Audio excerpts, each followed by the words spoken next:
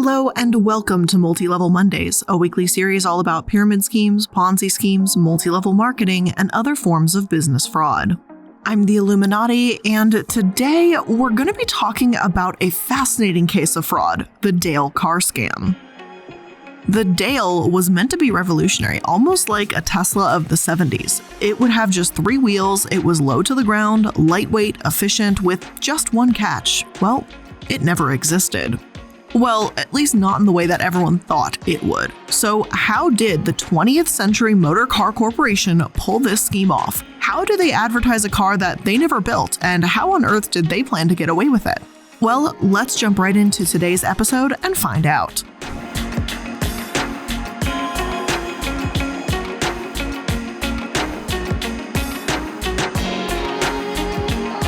To understand this story, we need to talk about the woman behind this company, Geraldine Elizabeth Carmichael.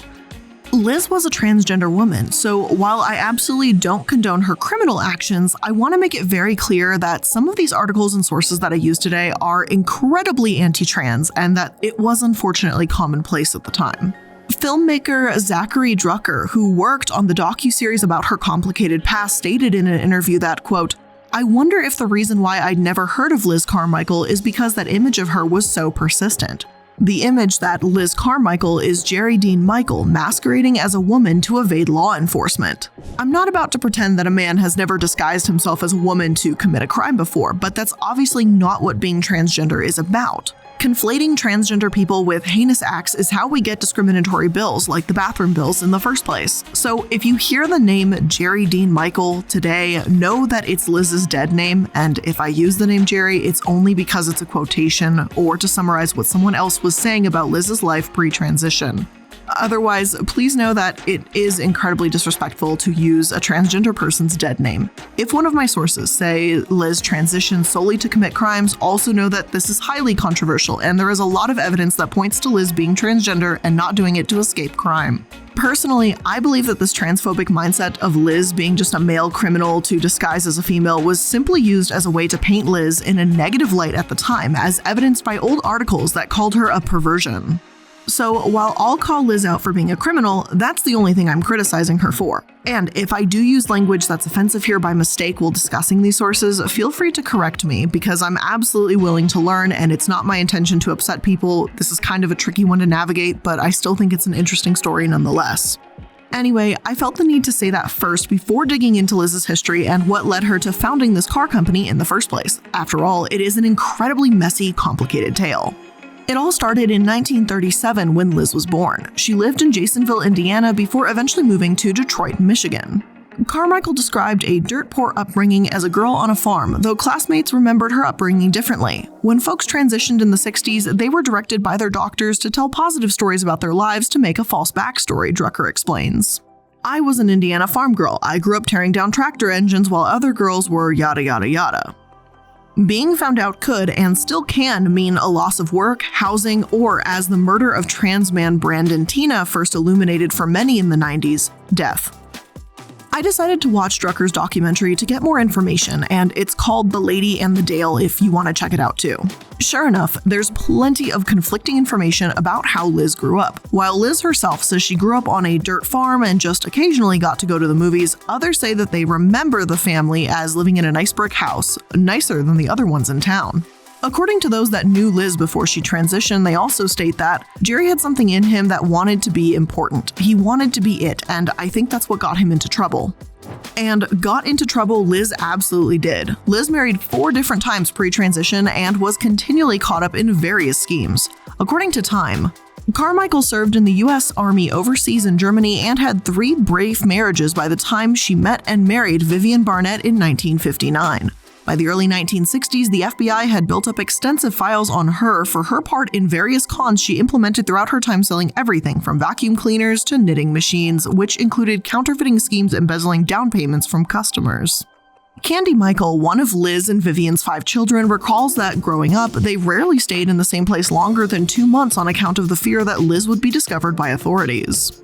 At one point, Carmichael had even been charged with desertion of his wife by the military as well. When Liz met Vivian, though, her last wife, things clicked between them. And I'll admit it's a bit odd for me to say that because according to Vivian's brother, Richard, Vivian was only 16 when they met. If this was 1959, then Liz would have been at least 22 at the time. I understand that 6 years may not be a massive age gap when there's two consenting adults in the picture, but when you have a 16-year-old and a 22-year-old, that's the difference between a high school sophomore or junior and someone graduating college, potentially. Richard also explains that when his sister ran off to get married, quote, "I was torn up. My dad was abusive. He was bad. Jerry offered Vivian a way out. I mean, man, she gets to leave and start her own real life." And she did. They complemented each other. Richard adds that back then, he admired Liz. "He was so cool," Richard said. "At the time, we did a lot of, I guess you would call illegal things, back when it was so easy to make a fake ID. Suddenly, you have a pilot's license, now you're a graduate of Yale University, he'd gotten that new check writer. He would always tell me it's so much easier to get $75,000 out of somebody than it is to get a $20 bill. The people that think about $20 bills earned it, and some of these people didn't. They want to give it away, and I'm here to take it away." Liz did get arrested, still known at the time as Jerry Dean Michael, but that was for fraud and later for printing fake money. Yet, Liz was released on bail and took off running. Vivian and Liz's daughter, Candy, said that she believes her mother was pregnant with her at the time. Her home life naturally was far from normal. She had fake IDs. She said that her parents would write to the Bureau of Vital Statistics to obtain deceased children's birth certificates. Candy claimed that she didn't go to school, so there would be no paper trail, and she never lived in one place for more than 2 months. "We might have had a strange family, but we were a tight-knit family," she explains. "My brother Brian was a brat," she laughs. "Wendy was the quiet one. My sister Sean was the princess of the family. And then there's my youngest brother Michael. He was a handful as a child." Now, I could be incredibly mistaken here, but as far as I can tell, their last name was Michael, so they actually had a son named Michael. So Liz and Vivian named their son Michael. Not gonna lie, I found that noteworthy and hilarious, although I kinda hope I'm wrong, obviously. Liz and Vivian not only constantly uprooted their family, but they were masters at doing so, as described by Candy in the documentary. The police could be knocking on the house next door and we'd be gone before they even got to ours, she says. Liz would even run an exotic pet shop and take some of the pets home so they didn't have to stay the night at the shop. She wanted to raise exotic fish, so she'd pitch to people the idea of paying them to flood their basements for these hatcheries. I swear, some of these schemes almost need to be seen to be believed. In one particular scheme, perhaps because the family was tired of running, perhaps because the mob and the FBI were after them, or because they wanted to genuinely make a name for themselves, Liz faked her own death. Since she still identified as Jerry Michael at the time, papers were reporting how Jerry had died, that he had been killed, and how blood was found on his car. In actuality, Liz had shot her car up and went underground. This was the start of something new, a new beginning for the family, and of course, a new scheme. It was around this time that Liz began identifying as, well, Liz. Some sources may imply that this proves Liz was not really trans, that she only began to transition after faking her own death. Personally, I would argue that even if Liz may have been faking her death as an opportunity to start anew, she could have just as easily taken up an identity as a different man if she wasn't trans. I also believe that Liz is transgender based on her own words in a letter she sent to Vivian, and here's what it said. "Dear Vivian, I don't know when or how my problem started. Some authorities believe there's a chromosomal imbalance in people. Others say environmental conditioning, while others feel it's glandular misinformation. Whatever the cause, there have been signposts along the way that indicate I was not what I could have been in the sex department, and that's not because I didn't try. I guess I'm not sure that I had some sort of youth screw loose. I'm not a man anymore, at least not in the sexual sense, if I ever was. If I got to know you, I found you to be truly worthy of deep love and the lasting respect and admiration, even with the arguments, the recriminations, and the hard words. The love has continued on stronger than ever. As I grow older and hopefully wiser, I come to realize love is pretty important. The passion is gone, but the love goes on. I'd walk through fire for you and the kids. I'd give up my life." Criminal or not, Liz is still human, and I feel that this letter really does show that. It offers us a window into her mind that we don't really get to see a lot in these episodes, and I can appreciate that. I love that they stayed together as a family unit, even if I don't condone the scamming and the fraud, obviously. Although Liz's gender identity is quite honestly none of our business anyway, the reason why I feel the need to keep insisting that she's trans is because of what happened when the fallout came. And I know we're not quite there yet, and I know I'm getting a bit ahead of myself, but I believe this to be an important piece of context, and I want to continue to reiterate that. Liz did struggle to obtain hormone injections. She had to get them through her connections with veterinarians, through her experience from breeding fish. Liz, as she began to transition in earnest, also began to transition from criminal to career woman. At first, she was a real estate agent, and then, alongside a man named Sam Schisselman, she began working at a marketing company called USMI, where she helped new inventors understand what patents and paperwork they needed for their products. Things were looking up, and it really seemed like Liz was going to take advantage of this new start. Of course, that's not to say that it's great she got away with all her previous crimes, but at least she wasn't hurting anyone anymore, right? According to Candy, one day she came home talking about this car, this 3-wheeled car, and she showed us pictures of it. I'm looking at it thinking it's a dune buggy, no one's going to drive this thing. But this was going to be the answer to America's gas problem.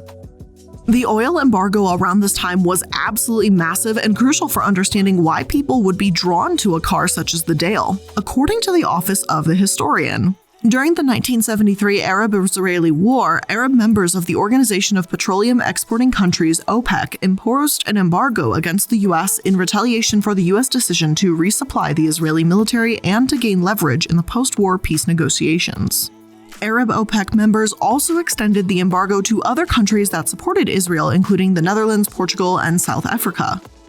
The embargo both banned petroleum exports to the targeted nations and introduced cuts in oil production. Several years of negotiations between oil-producing nations and oil companies had already destabilized a decades-old pricing system, which exacerbated the embargo's effects.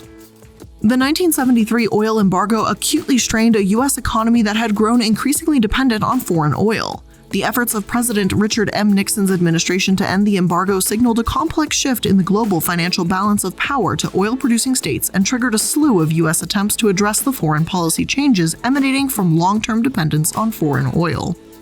The Dale car was, in a way, one attempt to address the issue.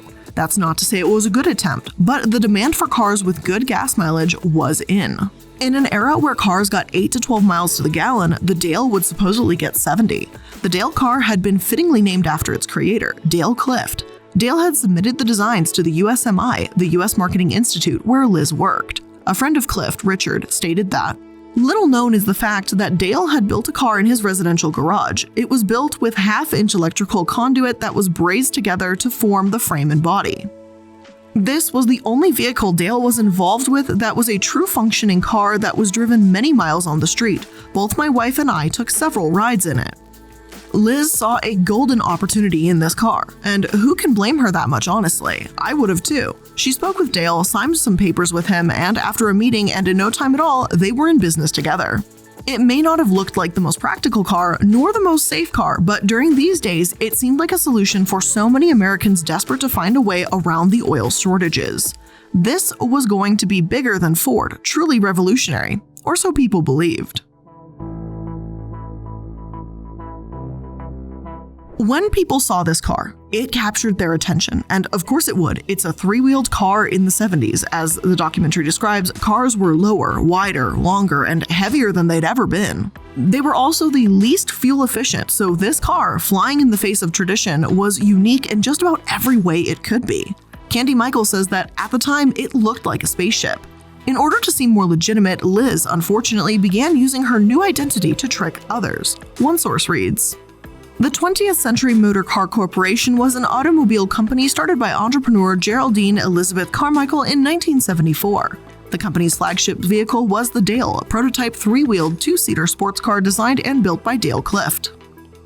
It was powered by an 850cc air-cooled engine and featured a claimed 70 miles per gallon, fuel economy, and a $2,000 price, which were popular specifications during the mid-1970s U.S. fuel crisis." Carmichael, 37 in 1974, claimed to be the widow of a NASA structural engineer, a mother of 5, and a farm girl from Indiana. There ended up being a lot more false claims and issues with this car aside from who Liz had supposedly been married to. I can, to an extent, understand why Liz would lie about having children and being widowed, because trans people were not accepted in the 70s. Not that there's no transphobia to this day, but it was even more prevalent years ago. As a result of this, Vivian became Aunt Vivian, and she and Liz pretended to be sisters. However, regardless of Liz's lies about her personal life, it's these early lies she told to gain credibility is where I start to take issue with her business tactics, shall we say. This, of course, was only the beginning. One important person that makes an appearance in the documentary is John Griffiths. He is an engineer who was hired directly by Liz to build the first ever prototype of the Dale car. All they had until John were show cars, made to get people talking and interested, but not true running, working automobiles. Sam was in charge of PR for this budding company, and he contacted people such as Colin Dangard, a reporter, insisting he spread the news. Though Liz wasn't famous yet, Sam told people that she was going to be. She was the face of the company, a mother of 5 with a supposed dead husband from NASA. When I was interviewing her, I became more and more enthralled. Elizabeth Carmichael was an original thinker, Colin, the reporter, stated. Everything grew incredibly quickly. Soon, the Dale car and Liz made the front page of major newspapers. The car was featured on The Price is Right, and Liz was convincing people that she would become the largest car manufacturer in just 5 years. The way she comes across in these interviews is supremely confident. I can see why she would make such a fantastic saleswoman and a fantastic con artist too. She claimed that the plastic on her cars were 9 times stronger than steel. She said that she had driven the car into a wall at 30, 40, even 50 miles per hour and came out with no more than a scratch. The body of the car was made of rocket structural resin, hell, that she even ran into in the ocean. It all sounded too good to be true, and it was. Yet people were desperate to believe in this car during these very desperate times. On the inside, however, it was an incredibly different story. John Griffiths said he realized they didn't have even the proper equipment to make a car, no schedule to complete anything, nothing at all. John wrote a formal letter telling Liz he wanted to become the director, that he could do what he needed to get done, yet Liz simply told him that they already had a project director, Frank McGinnis. We were those dirty little buggers that were building this thing in the back room while she was making the big money on a dream, John says. Some in the documentary say that Liz was simply carving out an opportunity herself because no one was going to give a woman in the 70s a chance at building a car company. Others, like John, imply that she was vastly underprepared and the car shop was embarrassing. Personally, I feel the truth is somewhere in the middle. I do genuinely believe that Liz wanted to strike it big and make a fantastic empire, but I agree with John that she may not have known how. She may have wanted others to believe in her, to fund her dream, but making unfounded claims isn't the way to go about it. And of course, if this were all about just false claims, then we may not have much to talk about. But before we continue on, let's take a quick moment to hear from today's sponsors. Sometimes cooking is just a little bit difficult. I know that's something that I personally struggle with a little more than I'd like to admit. And that's why, as many of you know, I have been using HelloFresh for, is it like almost a year at this point? I feel like it's been almost a year at this point, but I've been using HelloFresh for a long time now, and it has been helping my cooking game in the kitchen so much. HelloFresh cuts out stressful meal planning and grocery store trips so that you can enjoy cooking and dinner on the table in just about 30 minutes or less. And there's just about something for everyone to enjoy, with all recipes designed and tested by professional chefs and nutritional experts to ensure deliciousness and simplicity. And HelloFresh's high-quality fresh ingredients are sourced directly from growers and delivered from the farm to your front door in under a week, contact-free of course. And HelloFresh offers the flexibility you need to customize your order within the app in just a couple simple minutes. It's so easy. I love the app. It gives me 6 weeks in advance, I think, of recipes. So you can literally just pre-plan everything out a month in advance. And oh my God, I love planning. So this makes it a little too easy. So if you want to get started today on your own food journey, make sure to go to HelloFresh.com/MLM14 and use code MLM14 for up to 14 free meals plus free shipping. Again, go to HelloFresh.com/MLM14, use code MLM14 for 14 free meals plus free shipping. People had grown suspicious of Liz, especially one reporter from KABC, Dick Carlson. If you know Tucker Carlson from Fox News, this is his father, and the apple doesn't fall far from the tree here. So Dick and Pete Noyes, a fellow investigative reporter, went to the Dale Car Company to interview Liz. The pair claimed that while they were waiting for the interview, there was a representative from the district attorney's office. Although he wouldn't give them any information, he said that they should keep an eye on the place, as there were some suspicious people lurking about the 20th Century Car Company. As an important note here, Liz herself had even hired bodyguards the more money became involved, Bill Miller and Jack Oliver. Dick Carlson, during this interview, asked Liz if the dome of the car could be removed so they could take a look inside. Though she refused, she allowed them into the research and development lab. Dick and Pete came prepared though. Even though they don't know anything about automotive engineering, they hired one as a shadow member of the crew, having him pretend to be a lighting guy. After the interview with Liz was over, they asked the man what he thought, and he told Dick that it didn't look like the components they saw in the R&D lab were made in that building. Liz wouldn't give any information even as the news about this began to spread, and the Dale car salesman continued to take deposits from people that were promised that they would just pay $1,900 and they'd receive one of the first cars off the assembly line. When someone is selling a concept car like this legally, you're bound to use that money for their deposits only. That money can't be used on the development of the car, nor to pay the employees, nor can you stick it in your own pocket. Yet Liz, while she happily took their money, wasn't putting it into any sort of escrow account. Dick even went to the state corporation's commission about this, but he claimed that they did nothing until it was public information and they were forced to act. According to one source, Carmichael at one point claimed she had $30 million from investors backing her, but unorthodox business practices at 20th Century began to attract the attention of the California Department of Corporations and the California Department of Motor Vehicles, which soon ordered her to cease operations because 20th Century had neither a license to sell shares nor a license to sell cars and dealerships. Liz seemed to be in denial about the whole thing. She claimed the state was harassing the company, that false reports were turned into regulatory bodies, and largely acted as if the whole world were against her and the company. Not that this attitude exactly worked wonders for her. It didn't take all that much investigative research for Dick to learn that they were still taking deposits despite the cease and desist from the state either. All he had to do was ask a cameraman to go inside and pretend to be interested, and sure enough, 20th Century Cars allowed him to purchase an option or put a down payment on one of their Dale cars. So much for leaving behind her criminal past. By this point, Dick wasn't letting up. After his cameraman was able to put down a deposit, Dick began to dig even deeper into Liz's past. He learned that the engineering school she claimed to graduate from had no record of her attending. Hell, he couldn't even figure out who Elizabeth Carmichael was in the first place because, after all, she didn't exist on paper or in the public eye until creating the 20th Century Car Company. Liz desperately needed people to believe in her again and to invest in her again. Her public image had been thrown into question, and now everything was riding on a few Japanese inventors to bring money into the company to continue production, but it didn't work out that way. One source claims that in 1974, a group of potential investors wanted to see the car in action. Carmichael's crash-crunched crew had to cobble together a running version. It had a BMW motorcycle engine, mechanic Hans Hansen, who worked at 20th Century Molders, told the Post. And if you took a sharp turn, part of the front went up in the air. After seeing the dangerous-looking vehicle up close, the would-be investors backed out. Carmichael referred to the display as, quote, an abortion on 3 wheels, end quote. John Griffiths, who drove the test run, said that he remembered nearly flying out of the car while his friend, who was heavyset, was practically dragged along the ground. Of course, there were those that said the test driver was there to disprove it, but some blamed John for sabotaging the company. But frankly, I think John is probably the hero of this story, if you think about it. If John hadn't made that sharp turn but simply allowed the car to appear safe, then it may have still appeared investable. It could have gone into production, and then the people that put those deposits down would receive these cars and would be driving these incredibly dangerous vehicles. Don't get me wrong, I know it's only a prototype, and I'd certainly like to believe more safety testing would be done to it before it would be released, but this seemed like an inherent design flaw. Whether you call it sabotage or simply revealing why the Dale wasn't ready for production is up to you, but I lean towards the latter camp. Things, however, were bad enough. Their company had been served with a cease and desist. The investors weren't about to pour money into an unsafe car. Yet again, though, things were about to get much worse. The headquarters was in process of being moved to Dallas to avoid California regulation when it happened.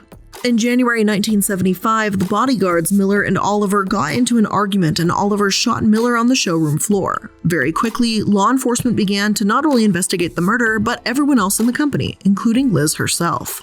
One source claims the company shut off their phones, locked up the office, and fled just as the Los Angeles District Attorney's Office issued an arrest warrant for Carmichael, who had bottled off to a Dallas suburb where she had reestablished operations.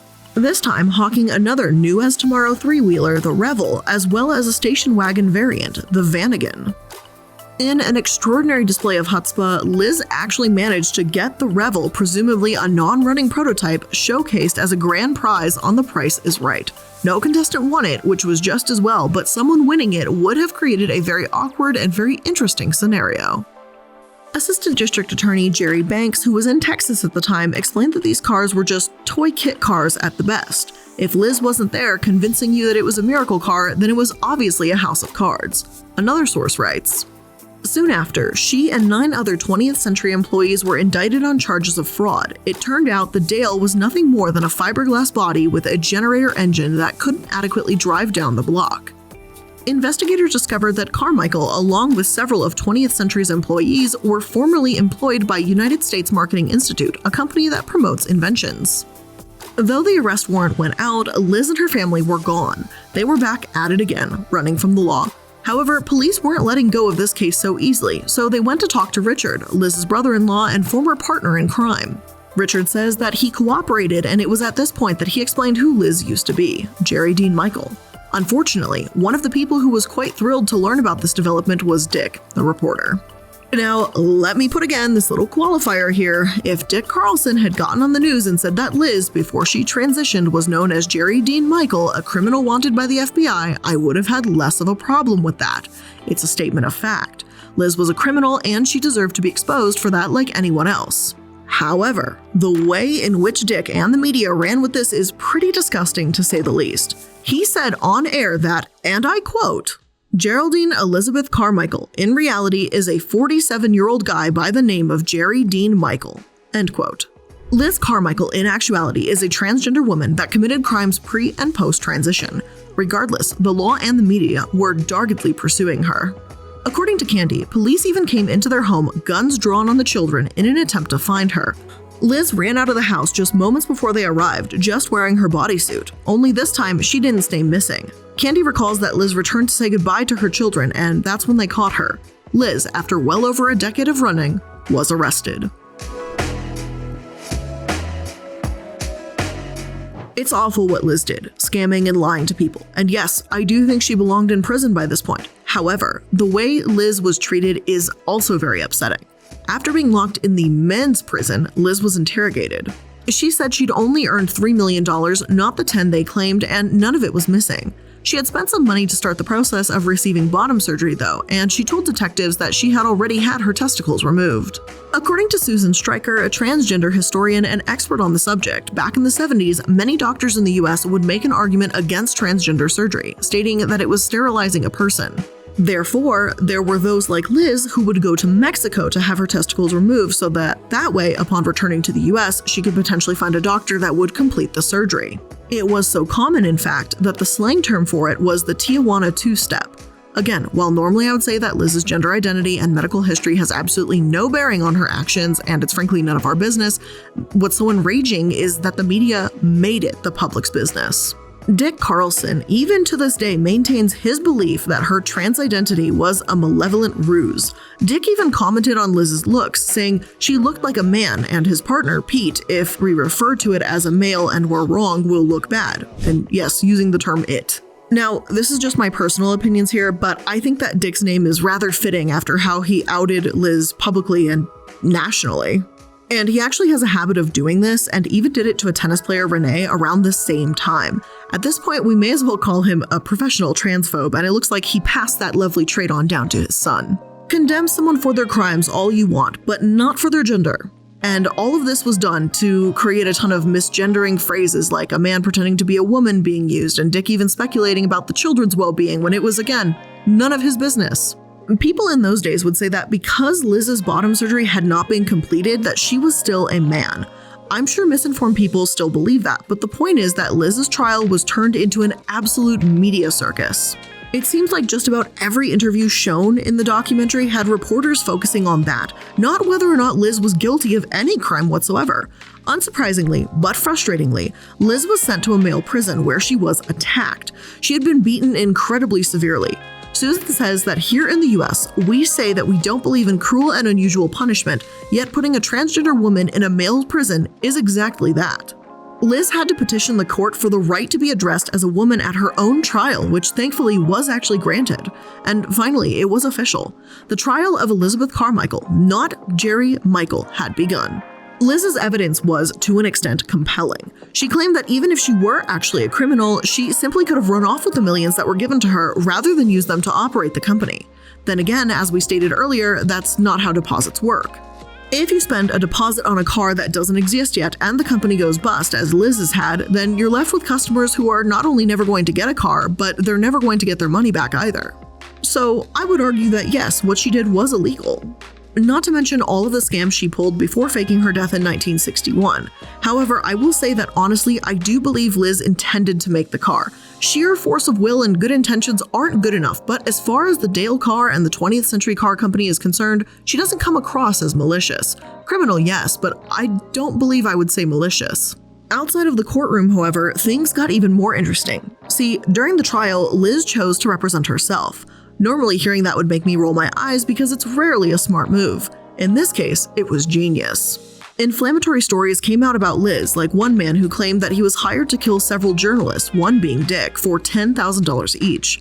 However, the moment this man learned that he could be cross-examined and questioned by Liz, she, as the defense attorney, he pled the fifth and said nothing. That story never truly went anywhere, much to Dick's chagrin, who continues to address Liz by male pronouns in court even when the judge continued to correct him. Not that the jurors were much better. One juror is quoted as saying about Liz that, "I wish she would sit down because I was tired of seeing the bulge in her pants." Another said that one day she was in the bathroom in the stall next to me and I thought I was going to see which way her feet go. Her feet went the same way as mine, so I figured she was transsexual. Yes, because the direction you pee definitively determines your gender now, apparently. There was only one juror, Mary Thayer, that said she believed Liz was not guilty. However, when Mary was sick and taken to the hospital for a short time, the final count happened without her. She claims she was taken off the case despite her wish to remain on it, and without her there, Liz was found guilty. This was suspicious, to say the very least. More than suspicious, really. Mary wasn't as sick as the judge believed, and the doctor's note that was given to the judge wasn't even written by a doctor, but that it may have been altered by the bailiff. In my opinion, this should have led to a mistrial. This can't even be seen as acceptable, and this should have brought deliberation to a grinding halt and been investigated. Instead, as far as the documentary presents, Mary was simply replaced, and 4 days later, Liz and the other executives at her company were found guilty on 137 out of 155 charges. Was Liz guilty of some of them? Absolutely, I think so. But did she get a fair trial? Absolutely not. And was this the end of Liz? Also no. Before final sentencing, Liz ran off, again, and I've got some incredibly mixed feelings at this point, really. Because on one hand, yes, I think she should pay for selling these cars without a license to do so, but can I blame her for not wanting to be mistreated in prison again? Well, no. After that ordeal, I wouldn't want to deal with the justice system either, frankly. And this time truly, when Liz skipped town, she began running, by all accounts, credible business. She opened up a flower shop employing homeless people to sell flowers. She'd purchase the flowers wholesale and then make bouquets. It was a family business, her children and her all working together. Even though Liz and Vivian divorced, they kept in touch. Vivian did remarry, only to pass away quickly from cancer, but she and Liz remained close till the very end. Honestly, I think a part of me wants this to be where the story ends. Another part of me thinks that Liz needs to pay for her crimes, and maybe I've gone a bit soft, but after the beating and humiliation and cruelty Liz endured, I would sort of like to imagine her just living out her final days selling flowers. However, in 1989, when an Unsolved Mysteries episode about Liz aired, a caller recognized her as the flower vendor near Austin, Texas. Liz was done fighting, done running. They picked her up and extradited her back to California to face conviction. Yet, despite her petition to the court to be addressed as a woman, despite clearly identifying as such, and despite already having been attacked, Liz was still sent to a men's facility. After 18 months, though, Liz was released. I don't know why she wasn't given more time exactly, but I guess I'm weirdly glad about it. She shouldn't have been in a men's prison to begin with, but at least she served her time. I don't know, have I gone soft? I don't know. Anyway, once Liz returned, the business was back on track. She and her sellers and her family restarted the family flower business once again. She recruited anyone that needed a job and a place to live, she didn't judge anyone, and the sellers spoke incredibly highly of her. Unfortunately, in true Liz fashion, she wasn't doing things by the book still. Her vendors didn't have licenses. I swear, I feel like throughout her entire life, if Liz had only had someone telling her to get a license and making her do paperwork, maybe none of this would have ever happened. Maybe her exotic pet shop could have taken off, or the Dale car, if not a car, could have been treated like a go-kart or something. She had a beautiful flower business that genuinely was helping people. She just didn't do the damn paperwork and pay the taxes. I get that Liz wanted the government to stay out of her business from the very beginning, but if she'd only done things more by the book, even if she hated the regulation, she might have had the successful business she always wanted. Normally, I feel that the scam artists that I feature in these episodes often have what's coming to them, and perhaps they deserve even more punishment and justice than what they actually face. But in this case, I believe that you can want to see justice done without wanting to see someone treated as inhuman or mocked or judged. True justice was never really given in the case of Liz Carmichael, in my opinion, but mistreatment around every corner. I'll admit, though, that's just my personal opinion. I have my biases, and I would absolutely love to hear your opinions on what you think of the entire story of the Dale car scam and Liz Carmichael. But as for now, that ends today's episode of Multi-Level Mondays. If you enjoyed this episode, make sure that you're liking, following, and subscribing so that you can stay up to date on all the latest episodes. And with that being said, that is where I'm ending today's episode of Multi-Level Mondays. Love you all, and I'll see you in the next one. Bye!